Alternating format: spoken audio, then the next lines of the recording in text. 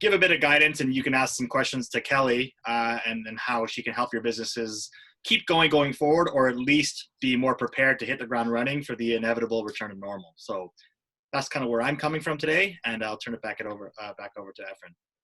Yeah, absolutely. So as I mentioned before, for those of you who don't know me in this call, we run a digital marketing agency, and more so it's become apparent, obviously for all of us, how important it's been to connect with people through the use of technology, connect with our clients and with our customers through use of social media.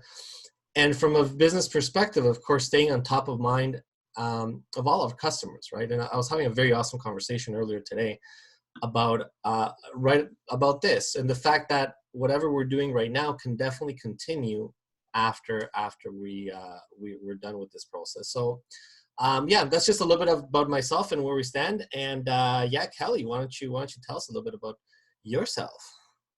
I would absolutely love to.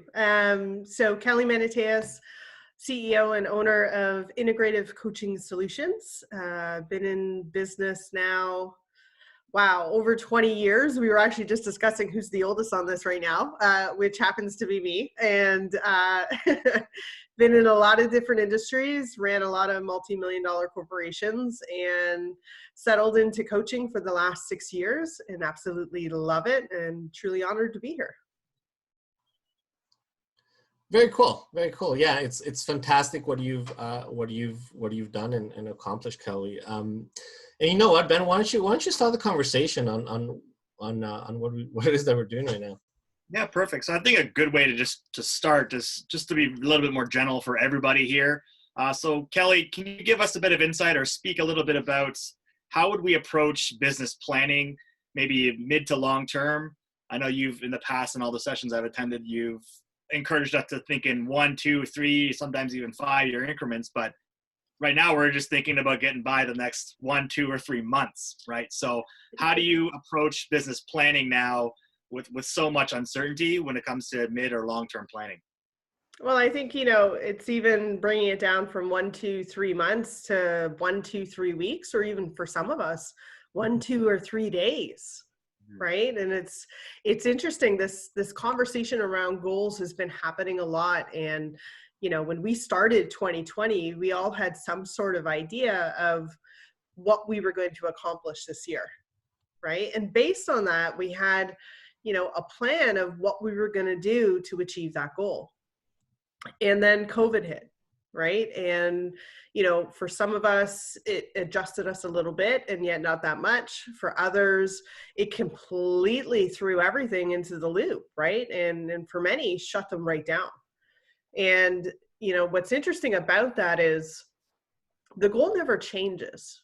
Right. The goal is the goal. It was important to you to put that number down, whatever it was at the beginning of the year, and the importance level behind it didn't go away because of COVID. So we keep the goal as it is. What we do is we actually adjust what we do to hit it. I mean, in a lot of businesses, we have cycles, right? Cycles of business where we have peak times in the year and slower times in the year, right? And whether that, if I were to look at real estate, the slow times in the years generally would show up between fourth quarter and first quarter, and then get really busy in second and third quarter, right? And for every business, you've got that cycle. What's happened with COVID is that it's almost forced all of us to experience the slow part of that cycle right now, right? And for a lot of us, especially the people I've been talking to, there was a momentum coming into the second quarter that we were experiencing, and then it kind of like just hit this wall, right?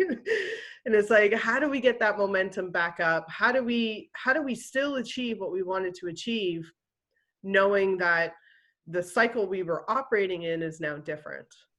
And I just look at it as, okay, well, we literally took the slow time, which happens at the end of the year, and just brought it up forward, right? So focus on the things that you can do in the slow period, which you were already going to do later in the year, and create a plan to still hit the goal in the time frame that you're going to have left, which, based on what we hear, is generally going to be third and fourth quarter of this year.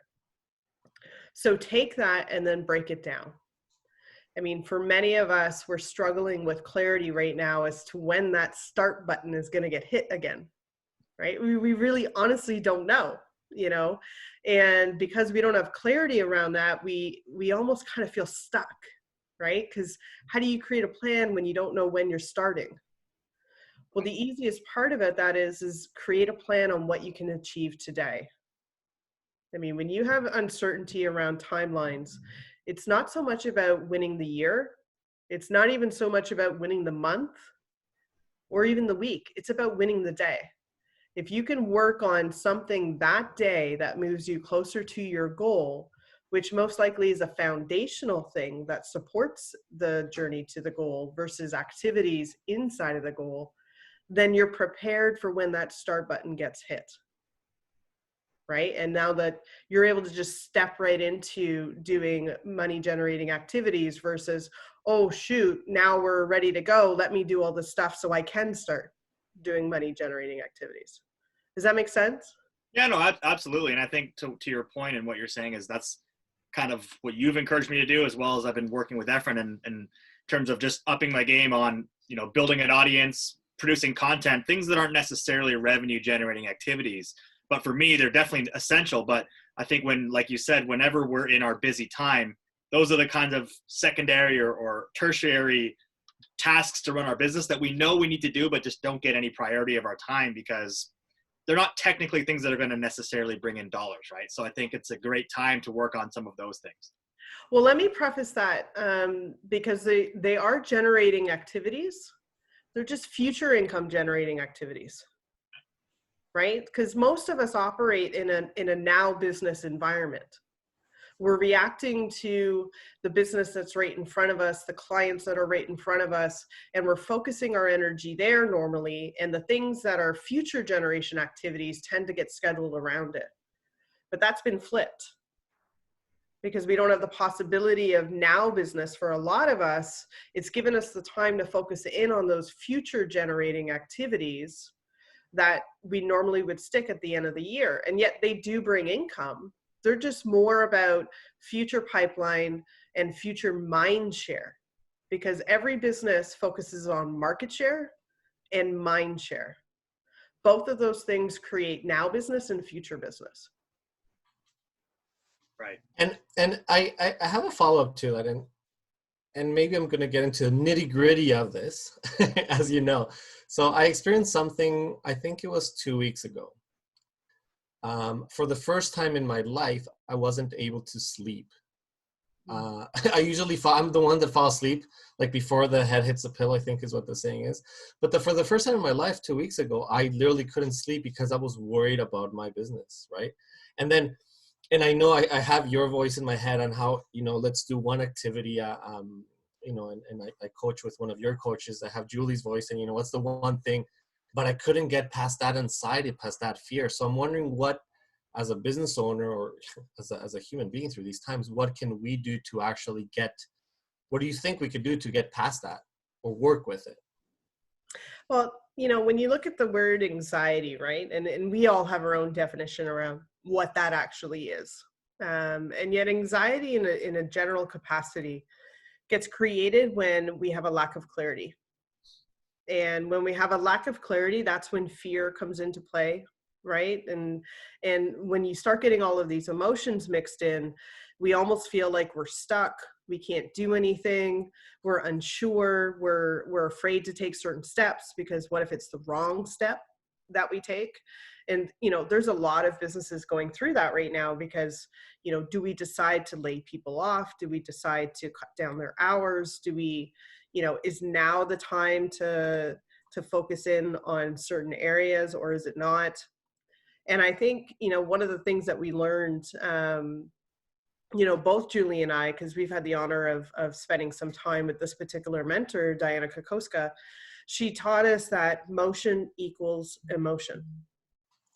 And the majority of the time, our brain is going to go to the negative side of our reality, right? It's just the way the brain operates. We can never control our first thought, but we can always control our second thought.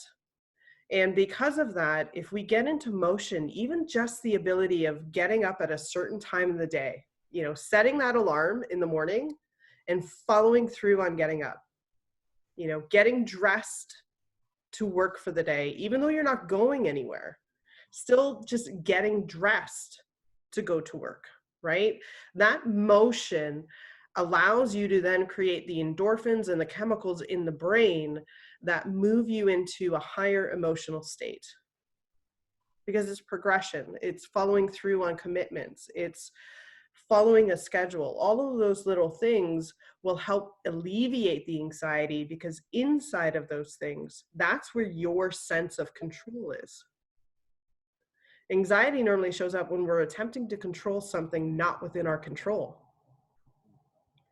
And when you feel out of control, even if it's just in one area, it then impacts all areas. So create something that allows you to get into motion, which then gives you the sense of control, which then creates the chemicals that allow you to move into that positive state. And what you'll notice is that the anxiety, right, which is stopping us from sleeping, actually starts to dissipate. That is very cool. And that could be the one thing that you can do for that day, right? Start with that, get up, get dressed, and that could be your, to paraphrase you, your victory for the day, right? That's very cool. Yeah, I mean, I was just on a call earlier with somebody today, and he's having difficulty. He's like, I'm literally waking up whenever I wake up, and then it takes me about 3 hours to get off the couch, right, and get going. And it's, and he's lost his sense of schedule. I mean, most of us have work, and that work is what requires us to get up at a certain time. It's what requires us to get our kids off to school or off to daycare and make sure we have our coffee on time and that we're dressed so that everything is good to go at that moment that work is supposed to start.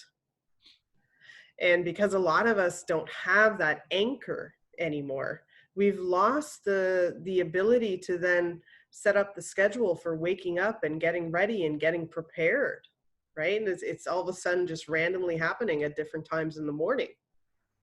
So just having that one thing creates the win, and you'll be surprised when you follow through on that progression just flows into everything else in the day. It's a lot easier to win the day when you start with things that you have absolute control over, and that just flows right into everything. Yeah, that makes absolute sense. And you know what, sort of before we move on, we have a question, and I think this question is referring more to, excuse me, talking about the planning of the year. And Angie's asking, would you gap the year? Okay, so here's an interesting thing about language. I'm going to take my own interpretation of that, the word gap. Would you gap the year?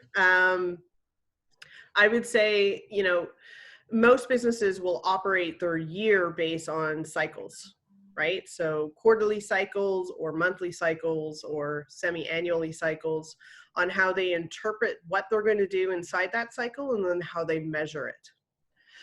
So in this case, if I'm referring back to the piece we talked about before, knowing that, our slower cycle has almost in a way been forced earlier in the year for a lot of us, I would then look at, what is the best case scenario of time, which is 2 quarters for the remaining of the year.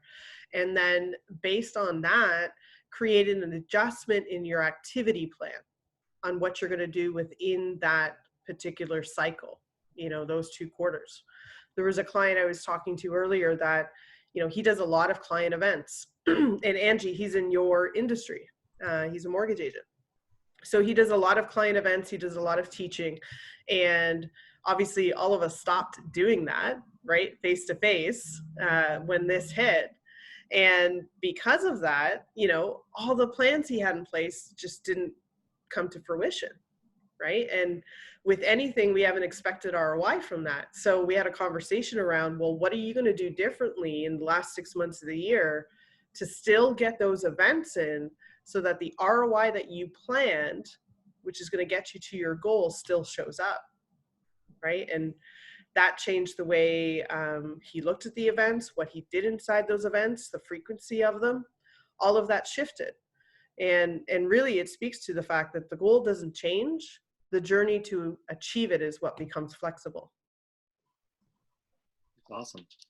Right. So on that note, you touched on a few points that I was going to ask. So I'm glad Efren touched on them anyways. It's just about the idea of keeping that positive mindset. But now I kind of want to shift a little bit to, some of the other business owners on this call who probably have people, or just like yourself, Kelly, who are now managing people, if they are active, that are now remote. So can you speak a little bit about, you talked a lot about you as the business owner and how you manage your mindset and planning.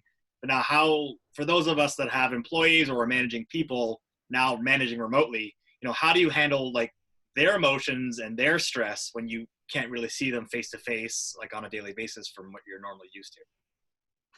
Well, I mean, we can't physically see them face to face, right? Like we can still see them though on a daily basis.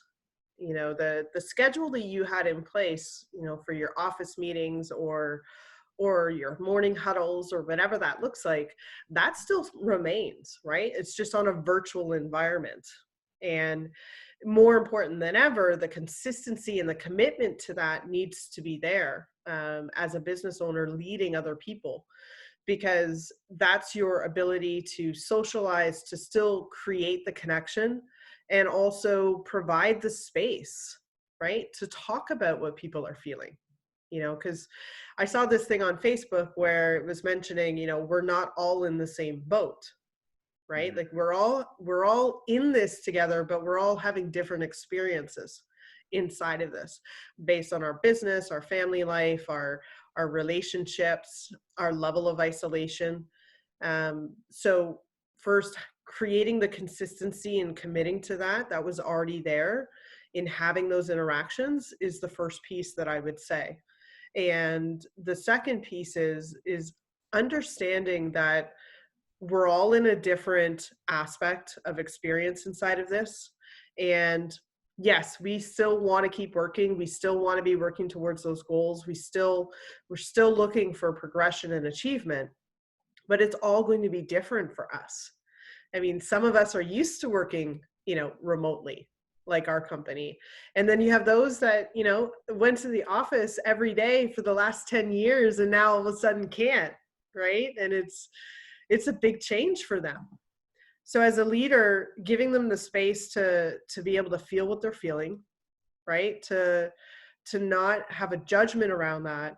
And then to also be that calming force, right? Because leaders aren't the ones that create emotional chaos. Leaders are the ones that create the calming voice inside of an organization. You're the one that has the largest influence on the organization. That's why you're in that leadership position. So it's not saying, oh, everything's going to be okay, and we leave it at that. It's saying, yes, things are different. Things have changed for us. What we're experiencing right now is something we never prepared for. And yet, as an organization, as a team, let's work together and figure out what this looks like. Because the worst thing we can do is cut somebody's voice off. In these moments, when organizations are going through such a change, it's more about bringing the voices in. It's about creating that collaborative environment. It's about recognizing the struggles every person is having, depending on what they're doing, and creating a cohesive plan where every member feels productive, they feel efficient, they feel valued, and they feel heard. Because that is the core piece of every single human being, regardless of the industry you're in. And it's more important for us right now to maintain those four things because of the isolation that we're feeling, because we're not getting it from anywhere else. Right. I'm sorry, Kelly, can you repeat what those four things are? Just to make sure that, as you know, I love taking notes. So I have to make sure that I write these four things down because that was brilliant. Absolutely. Okay, so for everybody that's listening in right now, one thing that you know about me is I generally, talk a lot. And then when you ask me to repeat, I probably have no idea what I just said. So if I remember correctly, I said efficiency, productivity, validity, so feeling valued, and feeling heard, having a voice. Perfect. Oh, Well, Brianne, there we go. She typed it in there. Awesome. Thank you, I got Benny. it right. and Kelly, as a follow-up, just on the flip side, so that was more a question directed to people who are currently active and have teams that are active, Mhm. and they're still managing people. But now on the flip side, because I know there are a few people here who have been affected obviously negatively and had to let people go or lay people off. So, from that perspective, I know that your company also does specialize in HR and talent acquisition. Mhm. Obviously, I'm on the same side as you in terms of helping small business owners retain and attract the best talent. So, with many people having to lay some good people off, some of them might be some of their best employees, but they've had no choice. What can some business owners do to basically prepare to get their people back on track, or just to get their people back maybe once the economy shifts back into motion? Well, I think the first thing is, even though you've laid somebody off, if obviously the intention with the layoff is that you're going to bring them back at some point, right? And it's due to the financial hardship of the situation. So if they're in a layoff position, that doesn't mean we stop communicating with them, right? Because they're a valued employee. They're a valued person on the team. So knowing that at some point in the future, we are going to be back in business with each other, we still keep that communication open, right? We check in on them, we value them, we still be a resource for them in these times, because the worst thing we can do is say, okay, I've laid you off and I'm severing that relationship Right. for a certain time period, right? Because it's not just about the job or the work, it's about the relationship you build in the organization, right? The culture and the values alignment. So, if you have laid somebody off, keep communicating with them, right? Because they are a valued person of your team. And then in terms of, how do you prepare once that talent comes back into the organization? Well, that really comes down to numbers, right? Every business owner knows that the language of business is numbers. And when you know your business at that level, you know the exact income level that you would require in order to bring that first person back on, and then the second person back on, right? And which tasks or projects need to be focused on first in order to create that ripple effect of income, which brings the organization back to where it was, or in some cases, even farther along than where they were. Right. So you're going to know that through your numbers, right? Your P&L, your organizational chart, the plan you had this year for achieving your goals, all of those things. So as a business owner, spend some time researching that, and start to recognize what are the trigger events that's going to cause your workforce to come back in, right? Because for many of us, it's not just going to be a snap of the finger and everyone else is hired again. Right. It's going to be that ramp up period if we're in full closure. So create the plan of what that looks like, because then when you're talking to your people that are laid off, now you're giving them specific milestones that they can look forward to, right? It's not unclear for them anymore. It's when we hit this, that's the minute we're going to be able to bring you back on. And what you might find is they might actually buy into doing some activities to help you hit that milestone so they can come back on. Fair enough. Instead of waiting. That's very cool, and that's that's a great point, right? Not to sever the ties, keep in touch, keep them part of the team. And I think the concept that a layoff means, well, you're actually going to bring them back in, and what is it that we can do to be able to get to that point, right? I know I've attended a few of your events, and one of the things that we do is that I did is the business clinic, right? The business planning clinic, sorry. And a very interesting concept that always comes up is how you see a P&L in relationship to the entire business. So I thought it would be a great thing for you to share with everybody that's here, if you're willing to, of course. Of course, you asked the question, and I'm here to answer it, right? So yeah, I mean, with a P&L, a profit and loss inside of any organization, like I said before, is part of that language of business. And a profit and loss gives us the health of the organization. It shows us the gaps in our organization. It also allows us to project the future of our organization. And what I love about a P&L is that every line in that P&L is a relationship that you have, right? Think of it in terms of, let's say, rent, because that's a big topic of conversation right now, especially in the commercial rent space, right? For a lot of us that had commercial space that we were utilizing, which we can't utilize anymore in some cases.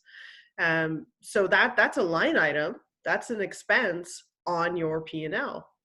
And yet that expense also represents a relationship between you and your landlord, right? You rented that space based on a certain idea of what return would come from that, right? So if you're looking to rent a physical space, generally you have an idea of what that physical space will provide for your organization, not just in the short term, but also the long term. And a lot of us look at that expense list of, okay, this is just all the money that's going out. And yet the health of each line item represents whether we're in alignment with the agreement of that value, right? Because we said this space is worth this amount of money.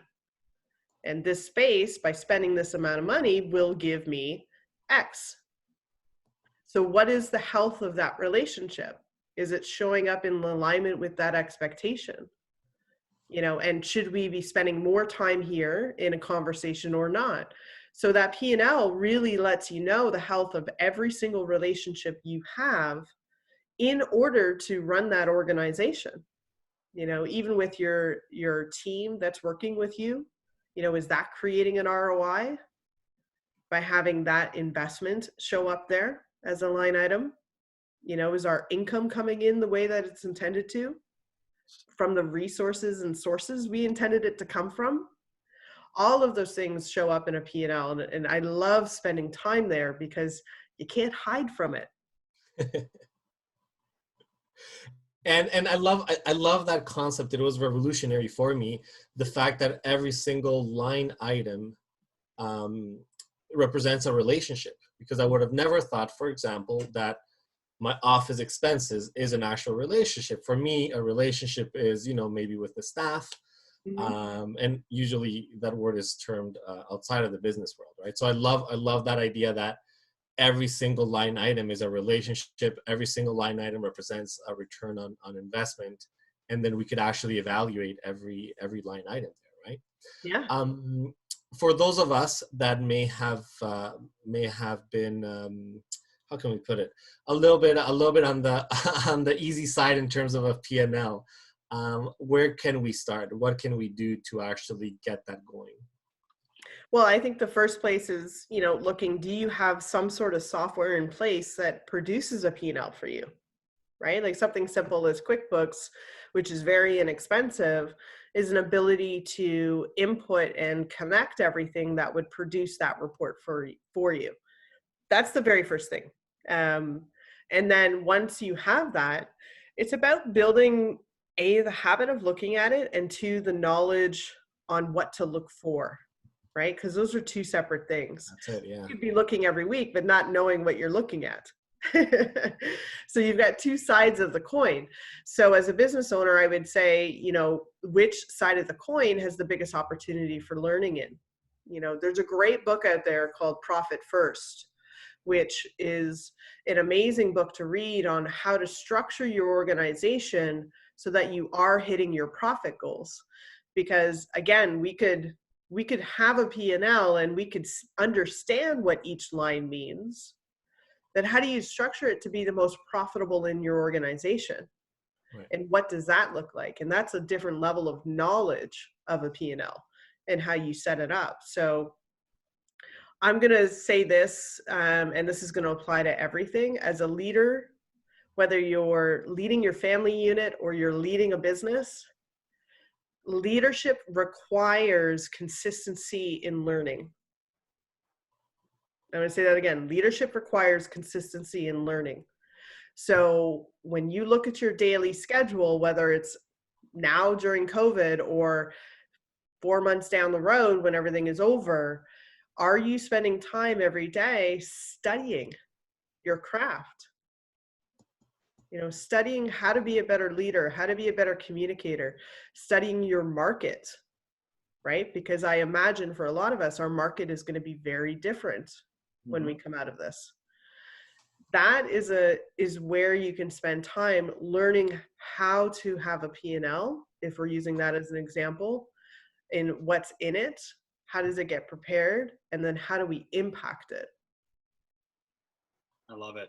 I love that. And it's funny, what's what I've been trying to tell my team, Kelly, what you just said about learning your craft. And I just called it skilling up. So, hey, use this time to skill up, right? Like, so that whenever things do come back to normal, even though we're still operating, it's just obviously at a much lower capacity, and it's a little slower because obviously it's a bit tough economic wise. But yeah, so actually on that note, and just even you talking about the P&L, and obviously for those that don't know, I also teach business finance at second year university. So I teach the essential basics of business finance as well as personal finance. So, for those that aren't maybe as financially literate when it comes to the business side, are there any tools or resources that you can maybe share or recommend?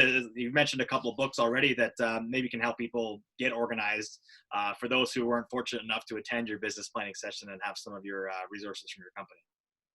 Well, obviously, I'm going to say attend the next business planning clinic or talk to Ben and take his financial wellness course. But I mean, there's a lot of things that you can tap into, whether you as a sole proprietor, choose to maybe take a QuickBooks course so that you can understand and how that works and how that gets prepared. And, I'm going to always say that we all have different buckets in life, right? We have our business bucket, our family bucket, we have our friends bucket. For me, it's mom, right? It's wife, it's daughter, it's, a whole bunch of things. And then we have our spiritual life, our health, right? Our fitness, our job, which is very different from business. So looking at those areas, do you have a coach in those areas? I mean, if financial aspect of your business is an area of opportunity for you to learn more, right? And to be more impactful and effective in that bucket, then search out a coach in that area, right? Instead of fumbling through trying to figure out what it is that we should learn or what we think we should learn. And I always love that word because you could shit all over yourselves. And yet go to someone, a mentor or coach that already is operating at a high level in that particular bucket, and pick their brain, learn from them. That's going to be the fastest way for you to achieve the level of knowledge that you're looking for, and also to be able to learn from somebody else's failures, right? Because that's really where we learn a lot. Love it. Yeah, and sorry, Ben, were you gonna go?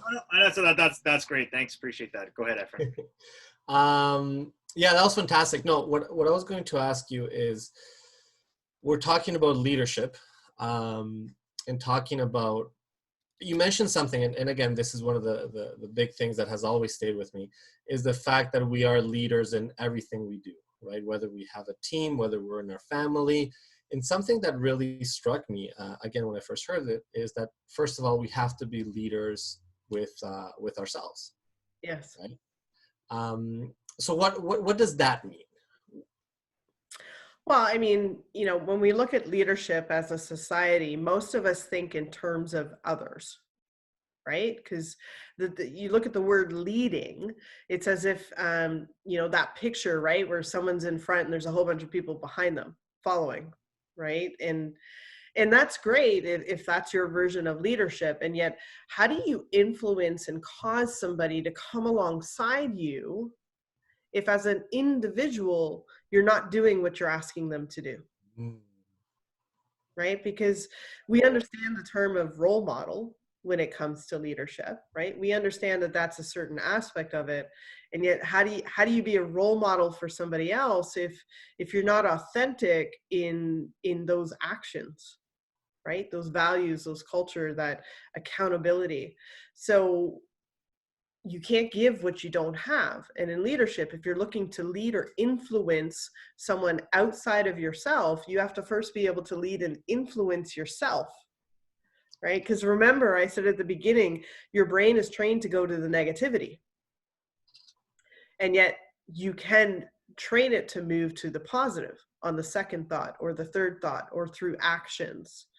So that's the way you lead yourself, right? You make choices that impact yourself, the way you achieve goals, whether you do achieve goals, your commitment level.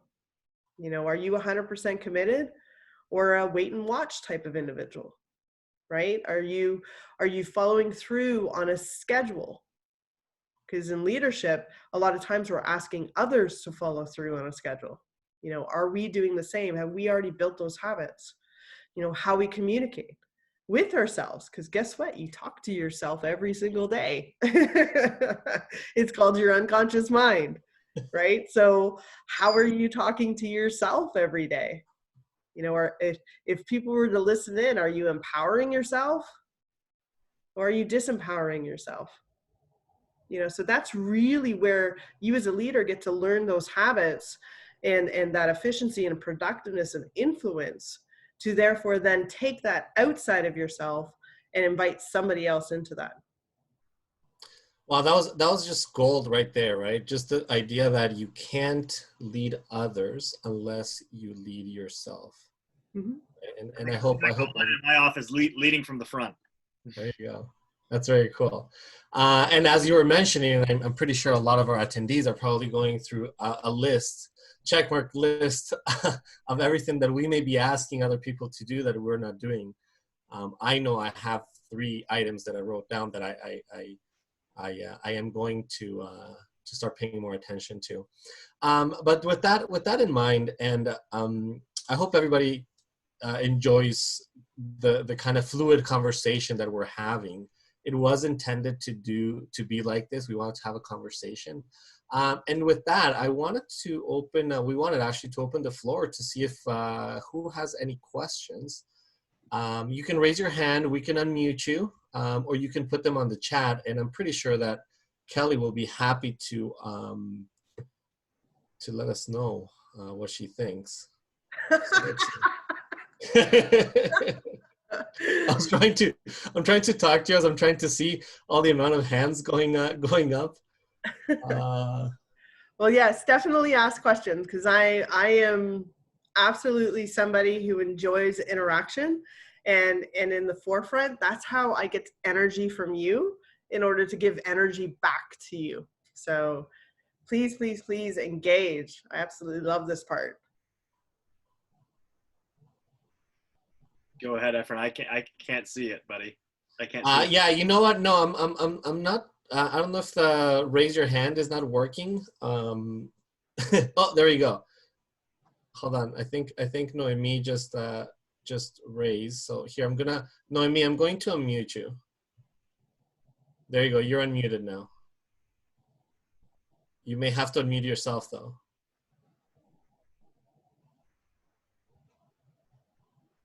No. Okay. You know what? Here, there you go. Does that work? How many times can we get it? Okay, let's see if that works. Right at the bottom. Hello, can you hear me? Now we can. There you go. I just wanted to thank the 3 of you today for giving this presentation. It's been very, very insightful. And I may have missed it, Kelly. I just wanted to ask one more time, if I did miss it, what your advice would be when we start each day. Is there something that we can possibly say or do just to get our minds in the right place? Well, I would say, obviously the first thing is getting out of bed, right? And starting your morning routine as if things were normal, right? And I put normal in quotation marks because, we'll never get back to the way things were. However, there are certain aspects of what was that we are now bringing into what is and what will remain. So creating consistency around that will first and foremost give you the foundation to create a productive day. And then choose one thing, you know, in that day that is the absolute most non-negotiable for you, not for the business, not for the family, but for you. Because you, again, you can't give what you don't have, right? And our energy cycles that we have relied on up until COVID hit, you know, that's all been messed up. And the things that we relied on that were, you know, me time, the things that would give you the energy in order to give back the way you intended to, you know, a lot of those things aren't there anymore. Mhm. So for you, it's creating consistency around what gives you energy as a human being in order then to be able to be productive and efficient and impactful for the people that you're spending your days with, whether it's through business or it's through family and kids, right? Well, it should be easy for Noemi and Ronnie because they don't have any children. So Oh, yeah. Funny, Ben. Thanks, Kelly. You're welcome. Okay, cool. And I think Anne had a question. Do you have your business planning clinic online at this point in our crazy history? Actually, since we brought it up today, that is something that we're going to do. You know, we're going to create an opportunity to do a business planning clinic online based on our new reality. And what's awesome about this is I also know my amazing team members, Heather and Julie, are on this webinar as well. So that was my way of saying, hey guys, guess what we're going to be planning and organizing? And I'm sure they're going to love it. And it's relevant, right? Because, you know, we mostly plan our business based on a year, but now we're really looking at, okay, let's plan our business on the next 6 months. So thank you for asking the question, Betty Ann. and I think, yeah, absolutely. That's a great idea. As I was actually asking the question today, I was thinking about that, right? We should definitely do that. And Angie has another question, so I'm gonna unmute her. There you go. First of all, thank you all so much. I respect all three of you, and I respect you putting this together. So thank you so much. Kelly, going back to your comment earlier, it really relieved me when you were talking about resetting the schedule. So my November, December is generally pretty slow, although things have changed for me last year, but generally that's my slow time. Mm-hmm. And now that I have an idea that what we're doing now is really the stuff that I would have been doing in November and December, it's given me, it just relieved me. So thank you so much for bringing that to light, because we are doing the activities that we would have been doing in November, and we're doing them now. So yeah, I just wanted to thank you for that. Oh, well, I'm so happy that that resonated with you, Angie, and I'm sure it does with a lot of us, right? And, you know, for some of us, you know, taking this time to really dig into those things that we had intended for the end of the year, in a way has also caused us to really look at the validity of that plan. Mm-hmm. You know, I'm sure for some of us, you know, we're diving into doing online stuff, right? Like this right now, this webinar. I don't think I've done so many webinars in my life prior to this point. And yet, you know, every time I'm learning something new about Zoom and technology and all of that stuff, and now creating online content in a different way than what I had envisioned to be working on at the end of the year. So, you know, in some ways, yes, it's giving us the time to do it now. And in another way, it's also causing us to look at, you know, was that idea really valid? Is it relevant anymore based on our new normal? You know, and what could I be doing differently based on the new reality we're currently sitting in? Mm-hmm. And pivoting. Yeah, absolutely. I'm doing things, again, thank you to the three of you, I'm doing things that I've never done before. And that is the social media, the videos, getting used to the Zoom calls is something that, you know, I think I got introduced to Zoom maybe early, like this year. And I thought, oh gosh, I never want to be on camera. But now being on camera is a natural thing. So just also learning new things during this time, and taking the opportunity, like you said, to review our goals and our activities, and validating them, making sure that they're valued. Mm-hmm. Yeah, I mean, I think we're all learning new things, even, for myself, learning to be okay with the fact that my hair looks like what it looks like right now, which I think we're all in somewhat of that bucket. Because I generally do funky things with my hair, and I'm going through withdrawal with the fact that I have not done that yet, and what it looks like. But I mean, yeah, it's new for all of us. And, it's in some ways life changing. Sometimes, not in such a great area, and sometimes in great areas, right? And it brings us back to that concept of being a change agent, right? Because a change agent is one that doesn't run from change. It's not a person that, has anxiety around change. A change agent is really one that causes change. It's really the person that's looking at what are the next steps, what are the next benchmarks, what are the ways that we can set the benchmark and trend versus follow somebody's benchmark and trend. And in a way, this has caused us in a lot of different levels to step into that role.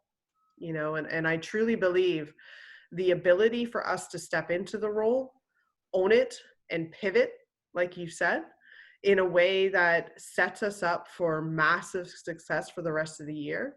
That ability to step in will dictate our ability to step out of this in a productive way. Well, Absolutely, and something else I'm going to bring up that I don't know if many of us have thought, but this new normal of us doing Zoom calls and being able to be ever present from our computer, from our desk, from our office to the world also actually expands our reach, right? If we are becoming comfortable now to do these calls, to do these webinars, seminars, everything, now we can actually expand and help and contribute more than just where our physical location was, right? And I think that's one of the big things that's going to come out of this, at least from a technology or from a digital perspective. Oh, for sure. I mean, just look at, as an example, we had the Real Estate Growth Summit at the end of last year, where I had the opportunity to speak on stage with 600 business owners about emotional intelligence. And that was an amazing 2-day physical event, right? Where we could all spend and learn with each other. And because of the environment that we're in right now, we took that great concept and effort, and I know that you're working on it from a marketing perspective, is taking it virtually, right? And a concept that most of us would think is a physical space, physical convention, now just went into a virtual environment. And the people that were physically able to be there and missed out on last year's event, now everybody in the world is going to have access to that event. So that impact and reach is absolutely extended. And what I love about it is, as business owners, a lot of us, well, at least I hope, focus on referrals and testimonials, right, in our business, because it's a lot easier to build a business on repeat and referral. And that comes through very authentic, awesome, passionate referrals and testimonials from our people. Well, now that we're all on Zoom, that gives us the ability to now get video testimonials, right? Because, most of us see written testimonials on websites and Google and everything else. But the video testimonial just adds that level of authenticity and relevancy. And now that everyone's been exposed to being on video, it's a lot easier as a business owner to then ask for a video testimonial, which before that was a challenge, getting buy-in. Yeah, absolutely. I think you hit the nail on the head.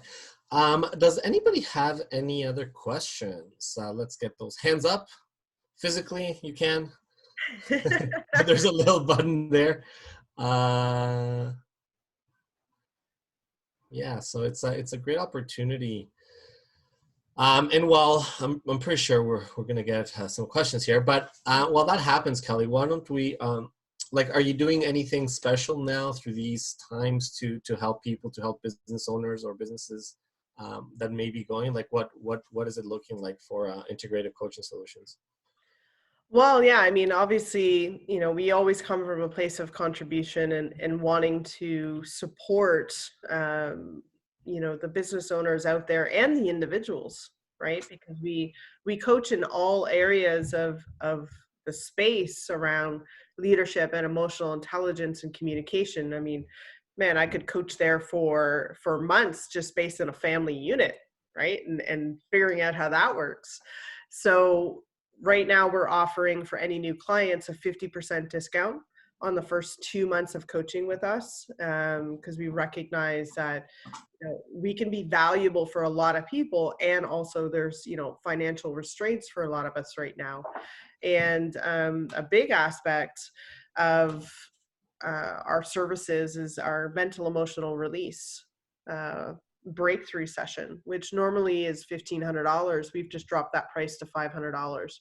And MER is something that I think every single person on the planet could benefit from, which is why, in these times, especially knowing our emotions are all over the place, it's a perfect opportunity to step into that and be able to go through that service to get the benefit, not just for now, but also for the future.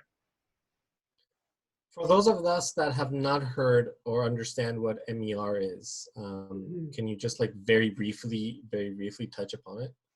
Yeah, so mental emotional release is a breakthrough session that's fairly intensive, right? Because you're doing a lot of things inside of it.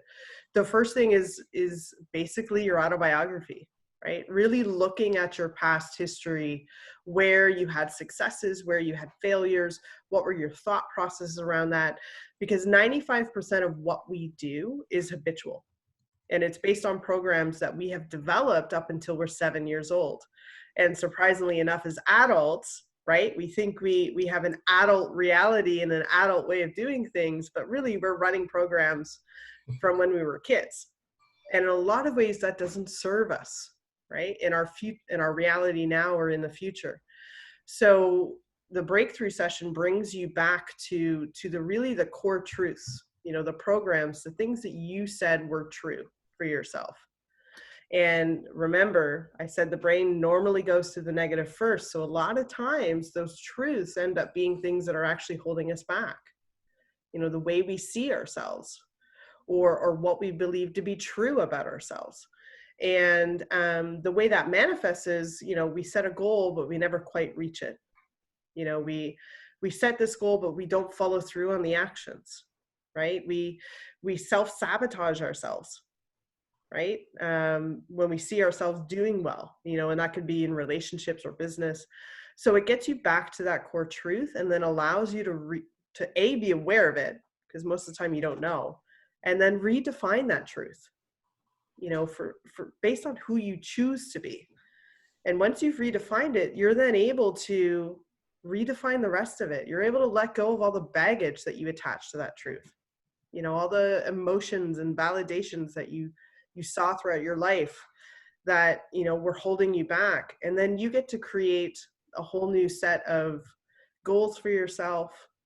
You get to set action plans to achieve those goals. You get a better definition of what your values are in all of the buckets of your life. And it truly is a freeing moment of clarity and control. Because now you've released everything that was programmed before, and you now get to choose consciously how you're going to live the rest of your life. Wow, and that brings us back to the first conversation we had, right, about being anxious or fearful because of that lack of control. Yeah, we're definitely going to have to talk about that. Yeah. And then Ben, why don't you share what you're doing through these times? Sure, yeah, and I think one of my, if any of you know me, and some of you have or have not, but one of my main goals as a financial educator, period, is to increase financial literacy, and that's what I like to do when I do work with businesses and their employees, is to implement not just insurance and investment products. It's the whole concept of a financial wellness program. And so normally, obviously, I would be doing some sort of curriculum or coming in and talking to your employees or groups, but obviously we can't really do that right now.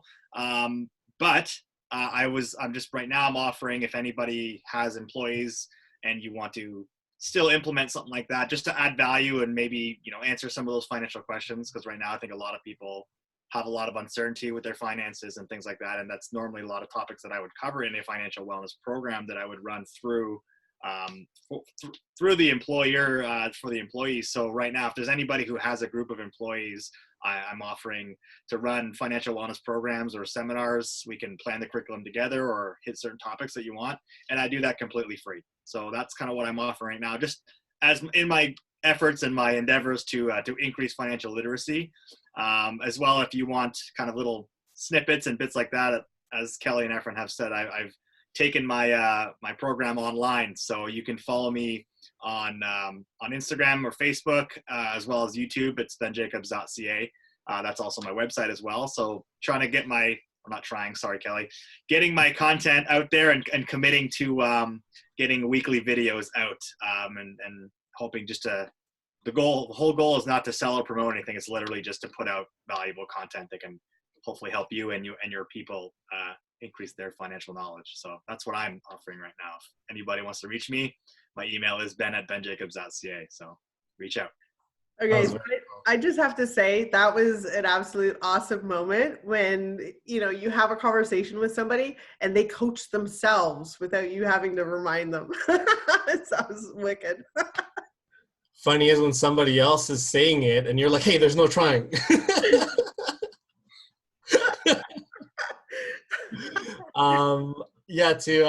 That's awesome, Ben. Thank you very much for that. And I hope some of our listeners / viewers take advantage of that opportunity. There was a question about the book Profit First, and I know Kelly already answered it, but the author is? Oh, you want me to pronounce it? Mike? That's what I was calling on to, because I didn't want to pronounce it. Yeah, Mike Michalowicz. Amazing book. Even if you don't own a business, read that book, because when Ben talks about financial literacy and I talk about knowing the language of business, your family unit also has a P&L and a way to operate in order to achieve its financial goals. So that book is a book everyone could read. Very cool. Very cool. And yeah, on my side, something that we're doing here at Entity to contribute, if any of you know any business owners, we are taking new clients, of course. We're helping them with their digital strategy. And we understand in these times of need that cash may be a little bit tight. So we're working on deferral programs or different payment plans. We want to be here for as many people as we can. And we want to help as many businesses as we can connect with their clients and their customers, or of course potential clients or customers. Yeah. And unless we have any other questions, I don't know if you guys see any hands raised. No, I don't. Okay, cool. Well, yeah, you know what? Well, first of all, of course, thank you very much for everybody, for all the attendees. On behalf of Kelly, Ben, of course, myself, we would like to thank you all for taking time out of your busy day, out of your 10 Zoom calls that you probably have today, and joining us. We're putting our emails there. I think, yeah, there you go. And I'll add my email there in a second so you guys can contact us. If there are any other questions, or if any questions that you guys have, feel free to reach out to us. I don't know, Kelly, Ben, if you guys want to say your last words before we call this a day. I'll let Kelly close up. I just wanted to thank anybody who's attended from one of my invitations, or I know we see a bunch of our fellow BNI members. So I just wanted to thank you all for supporting and coming out, and hopefully you found it valuable. And yeah, looking forward to providing any value that I can. Yeah, I mean, Ben said it all. So, you know, it's an honor to be here to spend time with you today. All of us are a great resource for you. And, you know, don't sit and wait for resources to show up for you. Go out and grab them. You deserve it. You deserve everything you planned for this year, and be the person that, you know, the grit is so ingrained in you that you just go out and grab it. Boom. Mic drop. That's it. All right, guys. Thank you so much. We'll see you soon. All right. Thanks, everyone.